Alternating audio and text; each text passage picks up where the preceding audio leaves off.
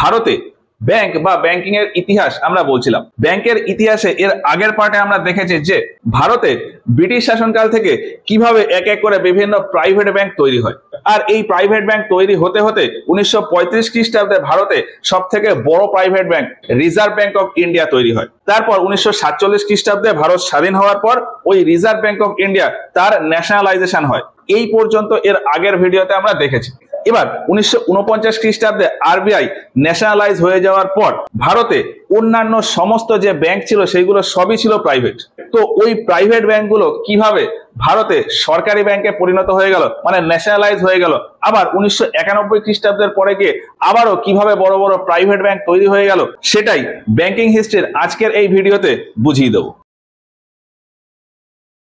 ভারত 1947 খ্রিস্টাব্দে স্বাধীন হয়ে যায়, কিন্তু ভারতের অর্থনৈতিক ব্যবস্থা আর সামাজিক ব্যবস্থা মানে সোশিও ইকোনমিক কন্ডিশন খুবই খারাপ ছিল। আর কোনো একটা দেশকে শক্তপোক্ত হওয়ার জন্য ওই দেশের ইকোনমিক ডেভেলপমেন্ট করাটা খুবই দরকার। এখন ইকোনমিক ডেভেলপমেন্ট করতে গেলে টাকা পয়সার প্রয়োজন, আর টাকা পয়সা ম্যানেজ করার দায়িত্বে থাকে ব্যাংক। এবার স্বাধীনতার ঠিক পর পর আমি যদি দাঁড়িয়ে দেখি, ভারতে শুধুমাত্র রিজার্ভ ব্যাংক অফ ইন্ডিয়া রয়েছে, যেটা সরকারি ব্যাংক। আর রিজার্ভ ব্যাংক অফ ইন্ডিয়ার দ্বারা পুরো দেশের ইকোনমিক অবস্থা একা হাতে হ্যান্ডেল করা খুব একটা সহজ না। যদিও এই সময় ভারতে প্রচুর প্রাইভেট ব্যাংক ছিল, কিন্তু প্রাইভেট ব্যাংকের সমস্যাটা হলো যে তারা যেহেতু কমার্শিয়াল ব্যাংক আর যেহেতু প্রাইভেট, ফলে তারা ব্যাংকিং সার্ভিস দিলেও ওই সার্ভিসের পরিবর্তে তারা সবসময় প্রফিটটাই প্রথমে দেখতো। মানে প্রাইভেট ব্যাংকগুলোর মেইন উদ্দেশ্য ছিল প্রফিট। ভারতের ডেভেলপমেন্ট হোক বা না হোক তাতে তাদের কোনো যায় আসে না, তাদের শুধুমাত্র প্রফিট দরকার। আর এই অবস্থায় দাঁড়িয়ে ভারতের ডেভেলপমেন্ট ব্যাংকের মাধ্যমে করতে গেলে ব্যাংকগুলোকে সরকারি করা খুব প্রয়োজন। এখন স্বাধীনতার পরে 1950-51 খ্রিস্টাব্দে দাঁড়িয়ে আমি যদি দেখি, ভারতে সব থেকে বড় ব্যাংক হলো ইম্পেরিয়াল ব্যাংক অফ ইন্ডিয়া। যদিও এটা প্রাইভেট ব্যাংক ছিল, কিন্তু তবুও ভারতের সব থেকে বড় প্রাইভেট ব্যাংক ছিল ইম্পেরিয়াল ব্যাংক অফ ইন্ডিয়া। পুরো ভারত জুড়ে এর প্রায় 450-এরও বেশি ব্রাঞ্চ ছিল। এবার ওই অবস্থায় দাঁড়িয়ে যদি ওই ইম্পেরিয়াল ব্যাংক অফ ইন্ডিয়া এটাকে ন্যাশনালাইজ করে দেওয়া যায়, মানে রাষ্ট্রীয়করণ করে দেওয়া যায়, তাহলে দেশের স্বার্থে ভারতের সমস্ত জায়গায় ব্যাংকিং সার্ভিস পৌঁছে যাবে। আর এই ব্যাপারটা খেয়াল করেন গোরেওয়ালা কমিটি। স্বাধীনতার পর ভারতে যেমন ইকোনমিক ডেভেলপমেন্টের সমস্যা ছিল, তার পাশাপাশি পাবলিক অ্যাডমিনিস্ট্রেশন মানে প্রশাসনেরও বিভিন্ন সমস্যা ছিল। তো ভারতে প্রশাসনিক দিকে কিভাবে সমাধান করা যায়, মানে পাবলিক অ্যাডমিনিস্ট্রেশনে কিভাবে আরো বেটার করা যায়, আরো রিফর্ম করা যায়, তার জন্য 1951 খ্রিস্টাব্দে ভারতে একটা কমিটি তৈরি হয়, গোরেওয়ালা কমিটি। এই গোরেওয়ালা কমিটি পরের বছর 1952 খ্রিস্টাব্দে পাবলিক অ্যাডমিনিস্ট্রেশনের রিফর্ম করতে গিয়ে একটা সাজেশন দেয় যে ভারতের ইকোনমিক ডেভেলপমেন্ট হতে পারে বা ইকোনমিক রিফর্ম করা যায় যদি এই যে ইম্পেরিয়াল ব্যাংক রয়েছে এটাকে যদি ন্যাশনালাইজ করে দেওয়া যায়। গোরেওয়ালা কমিটি 1952 খ্রিস্টাব্দে ভারত সরকারকে রেকমেন্ড করে যে এই ইম্পেরিয়াল ব্যাংক অফ ইন্ডিয়া এটাকে ন্যাশনালাইজ করে দেওয়া হোক। এখন ইম্পেরিয়াল ব্যাংকটাকে যদি আমি ন্যাশনালাইজ করি, এই ব্যাংকের 450-এরও বেশি যেহেতু শাখা রয়েছে, সমস্ত কিছু ম্যানেজ করে পরবর্তী পদক্ষেপ কি হবে এই নিয়ে টোটাল প্ল্যানিং করতে করতে আরো 2-3 বছর কেটে যায়। 1955 খ্রিস্টাব্দে গিয়ে পার্লামেন্টে একটা নতুন আইন পাস হয়, state Bank of India act বা SBI অ্যাক্ট। কবে পাস হয়? 1955 খ্রিস্টাব্দে। এই অ্যাক্টের মাধ্যমে বলা হয় যে ইম্পেরিয়াল ব্যাংক অফ ইন্ডিয়া এটাকে ন্যাশনালাইজ করে দেওয়া হলো, এবং ন্যাশনালাইজ করে এর নতুন নাম রাখা হবে স্টেট ব্যাংক অফ ইন্ডিয়া। আর এইভাবেই ভারতে প্রথম জনগণের সেবা করার জন্য সরকারি ব্যাংকের প্রতিষ্ঠা হয়, স্টেট ব্যাংক অফ ইন্ডিয়া। কবে? 1955 খ্রিস্টাব্দে। আর এই স্টেট ব্যাংকের ন্যাশনালাইজেশনের মাধ্যমেই ব্যাংকিং সার্ভিস বলা যায় যে পুরো ভারত জুড়ে ছড়িয়ে যায়। তাহলে 1955-56 খ্রিস্টাব্দে দাঁড়িয়ে দেখা যাবে যে ভারতে এখন তাহলে বর্তমানে দুটো সরকারি ব্যাংক রয়েছে। সেন্ট্রাল ব্যাংক ভারত কন্ট্রোল করার জন্য রিজার্ভ ব্যাংক অফ ইন্ডিয়া বা ভারতের সেন্ট্রাল ব্যাংক, আর দেশে ব্যাংকিং সার্ভিস দেওয়ার জন্য সরকারি ব্যাংক হলো স্টেট ব্যাংক অফ ইন্ডিয়া। এবার স্টেট ব্যাংক অফ ইন্ডিয়া ছাড়াও ভারতের বিভিন্ন জায়গাতে বড় বড় বিভিন্ন ব্যাংক ছিল, তবে সেগুলো সবই প্রাইভেট ব্যাংক। এবার কিছুদিন যেতে যেতে আরো রিসার্চ করে দেখা যায় যে ভারতে আরো যে সমস্ত বড় বড় প্রাইভেট ব্যাংক রয়েছে সেগুলোকে যদি SBI এর সাথে মার্জ করে নেওয়া যায়, তাহলে দেশে ব্যাংকিং সার্ভিস আরো ভালোভাবে দেওয়া যাবে। সেই হিসাবে কিছু সময় পর 1959 খ্রিস্টাব্দে রিজার্ভ ব্যাংক অফ ইন্ডিয়ার রেকমেন্ডেশনে আর একটা নতুন আইন পাস হয়, SBI অ্যাসোসিয়েট অ্যাক্ট। কি বললাম? 1959 খ্রিস্টাব্দে নতুন আর একটা আইন পাস হয়, SBI অ্যাসোসিয়েট অ্যাক্ট। এই আইনে বলা হয় যে অন্য কোনো ব্যাংক যদি চায় তাহলে SBI এর সাথে মার্জ হয়ে যেতে পারে, আইদার পুরোটা মার্জ হয়ে যেতে পারে অথবা কিছুটা পোর্শন এসবিআই এর সাথে অ্যাসোসিয়েট করে নিতে পারে। আর এই অ্যাক্টের মাধ্যমে ভারতে বড় বড় 8টা ব্যাংক এসবিআই এর সাথে জুড়ে যায়। কোন কোন 8টা ব্যাংক আমি একটু নাম বলি তাহলে বোঝা যাবে। ব্যাংক অফ জয়পুর, এইগুলো সবই প্রাইভেট ব্যাংক এবং লোকাল ব্যাংক। কোনো একটা পার্টিকুলার রাজ্যের বিভিন্ন এরিয়াতে ওই ব্যাংকের অপারেশন ছিল। যেমন ব্যাংক অফ জয়পুর এই জয়পুর এরিয়াতে ছিল। তারপর এই এরিয়াতে ছিল bank of Bikaner, bank of Jaipur, bank of Bikaner. মধ্যপ্রদেশে ছিল ব্যাংক অফ ইন্দোর, কর্ণাটকে ছিল ব্যাংক অফ মহীশূর, গুজরাটে ছিল সৌরাষ্ট্র ব্যাংক, কেরালাতে তিরুবনন্তপুরম ব্যাংক, এই এরিয়াতে হায়দ্রাবাদ ব্যাংক, আর পাঞ্জাব এরিয়াতে ছিল পাটিয়ালা ব্যাংক। এই যে 8টা ব্যাংকের কথা বললাম, কি কি বললাম? Patiala bank, bank of Bikaner, bank of Jaipur, Saurashtra bank, bank of Indore, Hyderabad bank, bank of Mysore আর তিরুবনন্তপুরম ব্যাংক।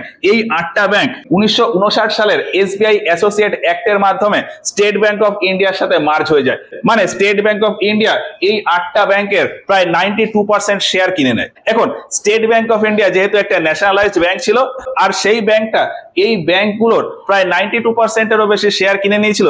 এই জন্য এই ব্যাংকগুলো ওই এসবিআই এর সাথে মার্জ হয়ে যাওয়ার যে ঘটনা, সেই ঘটনাটাকে পার্শিয়াল ন্যাশনালাইজেশন বলা যায়। এবার এই যে 8টা ব্যাংক এসবিআই এর সাথে মার্জ হয়ে গেল, মার্জ হয়ে গিয়ে এইগুলোর একটু নামেরও চেঞ্জ হয়ে যায়। যেমন এই যে পাটিয়ালা ব্যাংক, পাটিয়ালা ব্যাংকের নাম চেঞ্জ হয়ে যায় স্টেট ব্যাংক অফ পাটিয়ালা। বিকানেরের যে ব্যাংক ছিল ব্যাংক অফ বিকানের, সেটার নাম হয়ে যায় স্টেট ব্যাংক অফ বিকানের। ঠিক একইভাবে জয়পুরের ব্যাংকের নাম হয়ে যায় স্টেট ব্যাংক অফ জয়পুর। এইরকম। এবার এই যে 8টা ব্যাংকের কথা বললাম, এগুলো তো অনেক বড় বড় ব্যাংক, অনেক বড় বড় ব্যাংক এসবিআই এর সাথে মার্জ হয়ে যায়। এছাড়াও লোকাল এরিয়াতে যত ছোট ছোট ব্যাংক ছিল, তাদের ম্যাক্সিমামই এসবিআই এর সাথে বিভিন্ন সময় গিয়ে মার্জ হয়ে যায়। কিসের মাধ্যমে? ওই এসবিআই অ্যাসোসিয়েটস এর মাধ্যমে। এবার 1959 সালের পরে গিয়ে এইটা নর্মালি চলতে থাকে। চলতে চলতে ভারতে খুব খারাপ সিচুয়েশন চলে আসে। কখন? 1962 খ্রিস্টাব্দে। 1962 খ্রিস্টাব্দে চায়নার সাথে ভারতের একটা যুদ্ধ হয়ে যায়, ইন্দো চায়না ওয়ার। তারপর আবার 1965 খ্রিস্টাব্দে পাকিস্তানের সাথে যুদ্ধ শুরু হয়ে যায়, ইন্দো পাক ওয়ার। সেই সময় উত্তর ভারতের এই এরিয়াতে বিশাল প্রাকৃতিক দুর্যোগ দেখা যায়। এই এরিয়া খরার সম্মুখীন হয়ে পড়ে। ফলে ওই 1962 থেকে 66 এই টাইমটাতে দেখা যায় যে ভারতের বিভিন্ন ছোট ছোট ব্যাংক বন্ধ হয়ে যায়। বিভিন্ন ছোটখাটো ব্যাংক অন্যান্য বড় বড় ব্যাংকের সাথে মার্জ হয়ে যায়। প্রচুর ছোট ছোট ব্যাংক বন্ধ হয়ে যায়, ক্লোজ হয়ে যায়। এবার অন্যদিকে আরবিআই আবার জানতো যে ব্যাংকগুলোকে ঠিক না রাখলে ভারতের সমস্ত এরিয়াতে ব্যাংকিং সার্ভিস দেওয়া যাবে না, আর ভারতের অর্থনৈতিক অবস্থাও তেমন খুব একটা উন্নত হবে না। এই জন্য 1959 খ্রিস্টাব্দে ভারতের পার্লামেন্টে নতুন একটা আইন পাস হয়, ব্যাংকিং ন্যাশনালাইজেশন অ্যাক্ট। এই আইনে বলা হয় যে ভারতে যে সমস্ত প্রাইভেট ব্যাংক এখনো রয়েছে, তাদের ভেতরে যে যে ব্যাংকের ক্যাপিটাল বা পুঁজি 50 কোটির বেশি, তাদেরকে ন্যাশনালাইজ করে দেওয়া হবে। ব্যাংক ন্যাশনালাইজেশনের একটা সুবিধা হলো যে ওই সমস্ত ব্যাংক খারাপ সিচুয়েশনে পড়লে সরকারের কাছ থেকে সুবিধা পাবে। ফলে ওই ব্যাংকেরও সুবিধা আর সরকারেরও সুবিধা।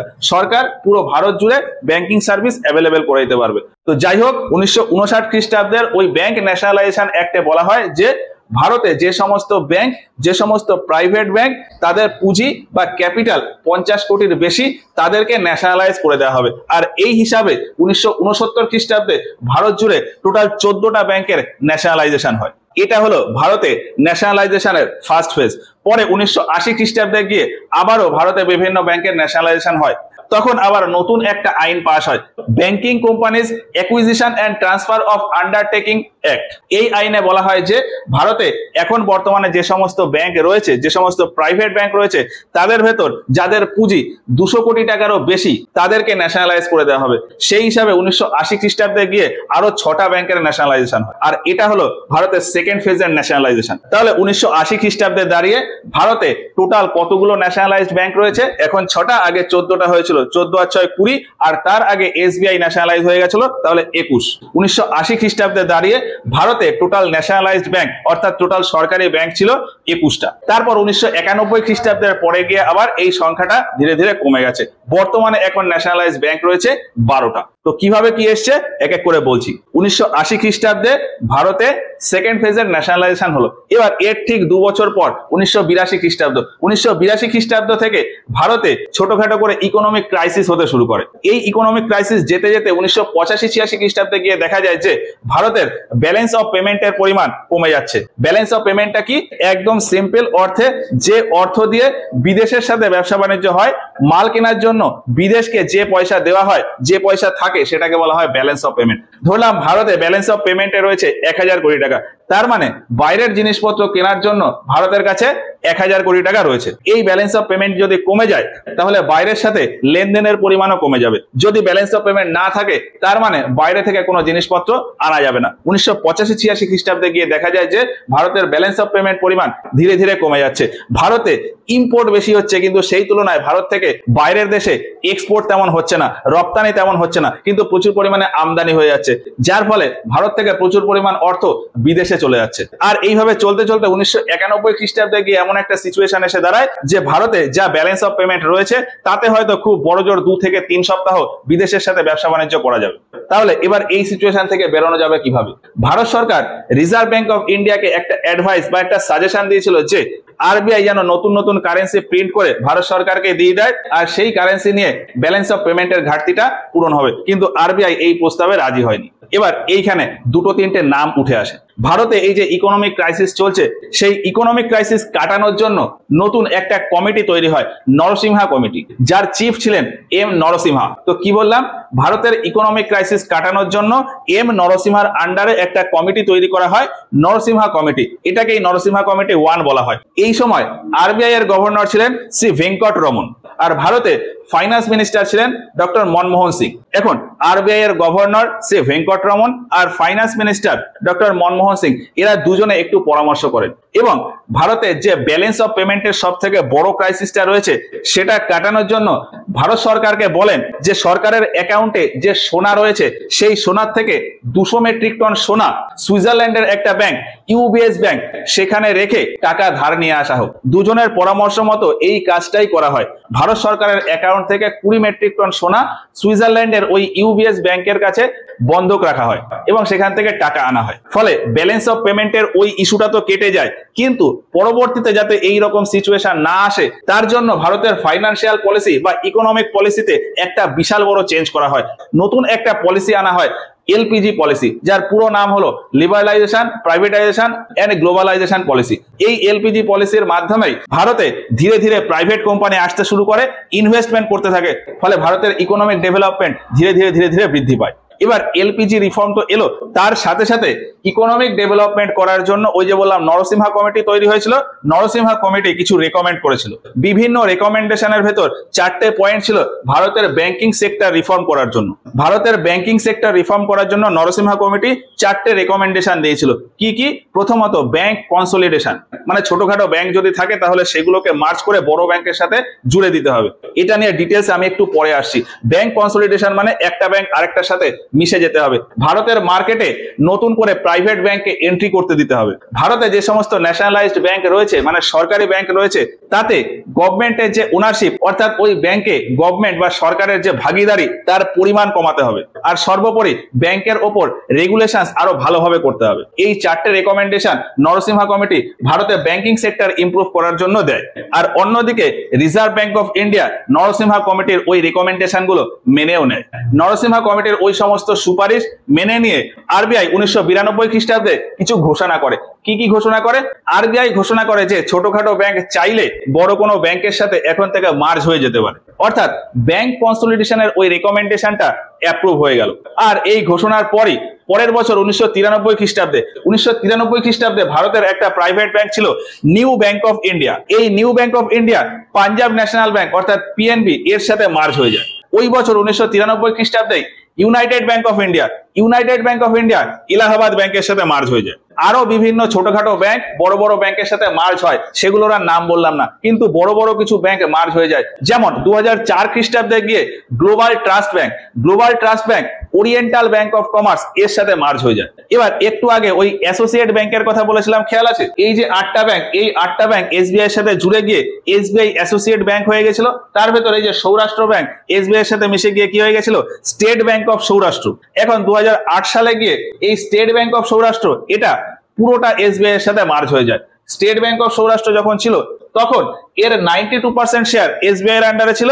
2008 সালে গিয়ে পুরো শেয়ারটাই এসবিআই নিয়ে নেয়। ফলে 2008 সালে স্টেট ব্যাংক অফ সৌরাষ্ট্র পুরোপুরি এসবিআই এর সাথে মার্জ হয়ে যায়। 2010 সালে গিয়ে স্টেট ব্যাংক অফ ইন্দোর সেটা পুরোপুরি স্টেট ব্যাংক অফ ইন্ডিয়ার সাথে মার্জ হয়ে যায়। আর তারপর 2017 সালে গিয়ে এই যে বাকি যে এসবিআই অ্যাসোসিয়েট ব্যাংক ছিল এগুলো সবই পুরোপুরি এসবিআই এর সাথে মার্জ হয়ে যায়। তারপর 2019 সালে গিয়ে দেখা যায় যে ভারতে যে সমস্ত ন্যাশনালাইজড ব্যাংক রয়েছে তাদের ভেতরেও কিছু কিছু অন্য ব্যাংকের সাথে মার্জ হয়ে যায়।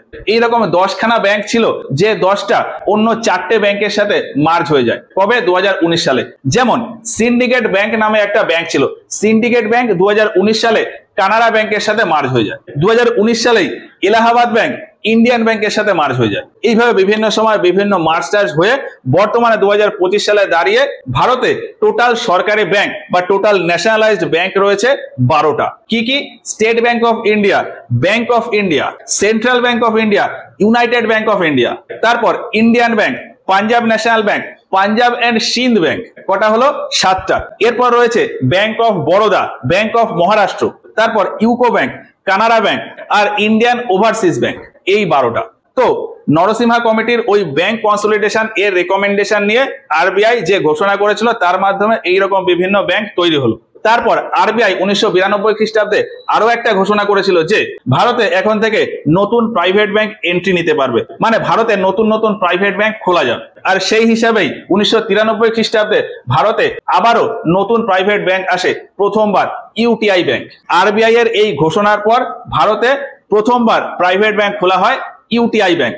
এই ব্যাংকটারে 2007 সালে গিয়ে নাম চেঞ্জ করে দেওয়া হয় অ্যাক্সিস ব্যাংক। তো 1993 খ্রিস্টাব্দে ইউটিআই ব্যাংক, তারপর 1994 খ্রিস্টাব্দে HDFC Bank, ICICI Bank, IndusInd Bank, এই সমস্ত ব্যাংকের স্থাপনা হয়। 2003 সালে গিয়ে কোটাক মাহিন্দ্রা ব্যাংকের প্রতিষ্ঠা হয়। 2004 সালে ইয়েস ব্যাংক আর 2014 সালে গিয়ে বন্ধন ব্যাংকের প্রতিষ্ঠা হয়। আর এইভাবে বিভিন্ন সময় বিভিন্ন প্রতিষ্ঠা হতে হতে বর্তমানে ভারতে টোটাল 21টা প্রাইভেট ব্যাংক রয়েছে। এবার নরসিংহা কমিটি রেকমেন্ড করেছিল যে ভারতে ব্যাংকিং সেক্টরে গভর্নমেন্টের যে ওনারশিপ সেটাকে কমিয়ে দেওয়া উচিত। সেই হিসাবে আরবিআই 1992 খ্রিস্টাব্দে আরো ঘোষণা করে যে ব্যাংক এখন থেকে নিজের কাছে ফরেন ইনভেস্টমেন্ট রাখতে পারে। এছাড়া ব্যাংক তার ভ্যালু বা অ্যাসেট বাড়ানোর জন্য নিজের ইচ্ছা মতো দেশের ভেতর বা দেশের বাইরে যেখানে খুশি ইনভেস্টমেন্ট করতে পারে। এখন আরবিআই এর এই ঘোষণার ফলে পরের বছর 1993 খ্রিস্টাব্দে স্টেট ব্যাংক অফ ইন্ডিয়া সে তার আইনে কিছু সংশোধন করে এবং নতুন ওই আইনটাকে বলা হয় এসবিআই অ্যামেন্ডমেন্ট অ্যাক্ট। তো এসবিআই অ্যামেন্ডমেন্ট অ্যাক্ট আসে 1993 সালে।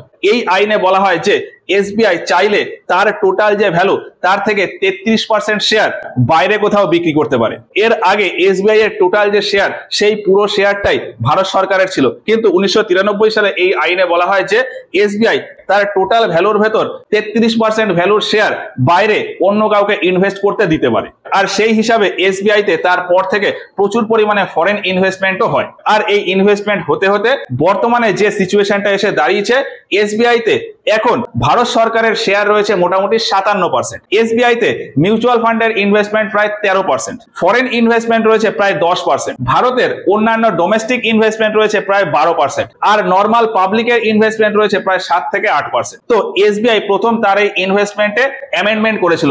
পরের বছর 1994 খ্রিস্টাব্দে ভারতের সমস্ত ব্যাংকের জন্য এই অ্যামেন্ডমেন্টটা করে দেওয়া হয়। আইন আসে ব্যাংকিং কোম্পানিজ অ্যামেন্ডমেন্ট অ্যাক্ট।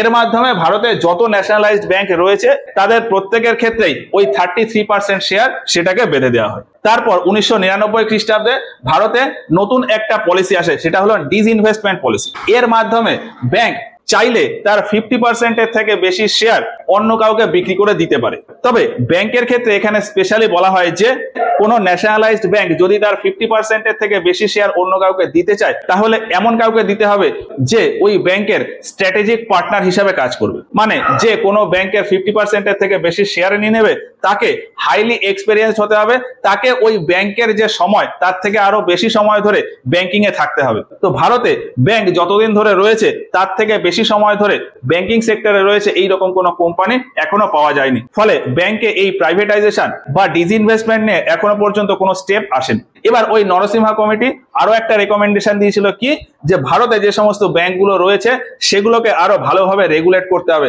সেগুলোর উপর আরো ভালোভাবে নজরদারি দিতে হবে। তো সেই হিসাবে আরবিআই বিভিন্ন সময় বিভিন্ন ব্যাংকে বিভিন্ন ফ্যাসিলিটি দেয়। যেরকম 1995 খ্রিস্টাব্দে আরবিআই ঘোষণা করেছিল যে এখন থেকে এই যে সমস্ত ব্যাংক ভারতে রয়েছে তারা তাদের নিজেদের ইন্টারেস্ট রেট মানে নিজেদের লেন্ডিং রেট নিজেদের মতন করে ঠিক করতে পারবে।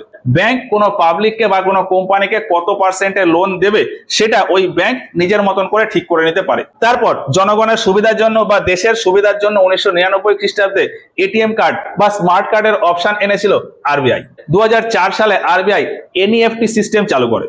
আর এইভাবে বিভিন্ন সিস্টেম ধীরে ধীরে আপডেট হয়ে বর্তমানের এখনকার ব্যাংকিং সিস্টেমটা রয়েছে। তো বর্তমানের এই ব্যাংকিং সিস্টেমের ভেতর কোথায় কি রয়েছে সেটা পরের ক্লাসে গিয়ে আলোচনা করব। এবার এই ব্যাংকিং হিস্ট্রি থেকে এই যে পয়েন্টগুলো আছে এই পয়েন্টগুলো একদম কোশ্চেনে ডাইরেক্ট জিজ্ঞেস করে দেয় যে ভারতের প্রথম ব্যাংক কি, ভারতের প্রথম স্বদেশী ব্যাংক কি, কোন ব্যাংক বাইরে গিয়ে প্রথম তাদের ব্রাঞ্চ খোলে, এই রকম। তো এটা আমি খুব শর্টে একটু বলি। ভারতে প্রথম ব্যাংকের এস্টাবলিশমেন্ট হয় কবে? 1683 খ্রিস্টাব্দে। এই যে মাদ্রাস এরিয়াতে ব্যাংক তৈরি হয়েছিল, মাদ্রাস ব্যাংক, কবে? 1683 খ্রিস্টাব্দে। তবে কোথাও কোথাও এটাকে ভারতের প্রথম ব্যাংক বলে ধরা হয় না। বেশিরভাগ জায়গাতেই বলা হয় যে ভারতে প্রথম ব্যাংকের স্থাপন হয় ব্যাংক অফ হিন্দুস্তান কলকাতাতে, কবে? 1770 খ্রিস্টাব্দে।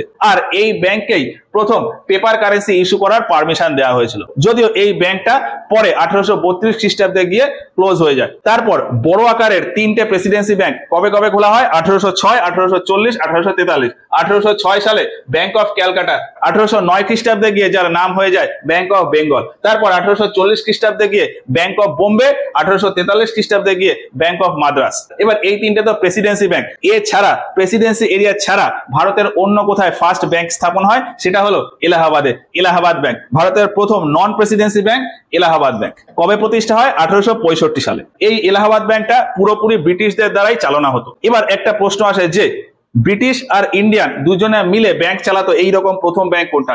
এইরকম প্রথম ব্যাংক হলো উত্তরপ্রদেশের ফৈজাবাদে তৈরি হওয়া অবধ কমার্শিয়াল ব্যাংক। কবে তৈরি হয়? 1881 খ্রিস্টাব্দে।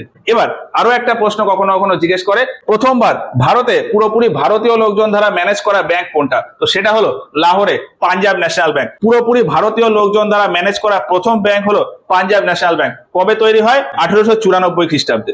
এবার পাঞ্জাব ন্যাশনাল ব্যাংক পুরোপুরি ভারতীয় দ্বারা ম্যানেজ তো হতো, কিন্তু এই ব্যাংকে অ্যাকাউন্ট ভারতীয়দেরও থাকতো, ব্রিটিশ লোকজনেরও থাকতো। এবার এখানে আরো একটা পয়েন্ট আসে, সেটা হলো যে এইরকম কোনো ব্যাংক আছে কি যেটা পুরোপুরি ভারতীয়দের দ্বারা চালনা হবে, আবার সেখানে অ্যাকাউন্টও শুধুমাত্র ভারতীয়দের থাকবে? তো উত্তরটা হলো হ্যাঁ, এইরকম ব্যাংক তৈরি হয় 1911 খ্রিস্টাব্দে। বোম্বে তৈরি হয় সেন্ট্রাল ব্যাংক অফ ইন্ডিয়া। এই সেন্ট্রাল ব্যাংক অফ ইন্ডিয়াকে বলা হয় ভারতের প্রথম স্বদেশী ব্যাংক। এই ব্যাংকটা ভারতীয় লোকজন দ্বারাই পরিচালিত হতো, আর এখানে অ্যাকাউন্টও শুধুমাত্র ভারতীয় লোকজনেরই থাকতো। এবার এই 1911 আগে 1906 খ্রিস্টাব্দে একটা ব্যাংকের স্থাপনা হয় বোম্বেতেই, ব্যাংক অফ ইন্ডিয়া। এই ব্যাংক অফ ইন্ডিয়া প্রথমবার বিদেশের মাটিতে তার ব্রাঞ্চ স্থাপন করেছিল, সেটা হলো লন্ডনে 1946 খ্রিস্টাব্দে।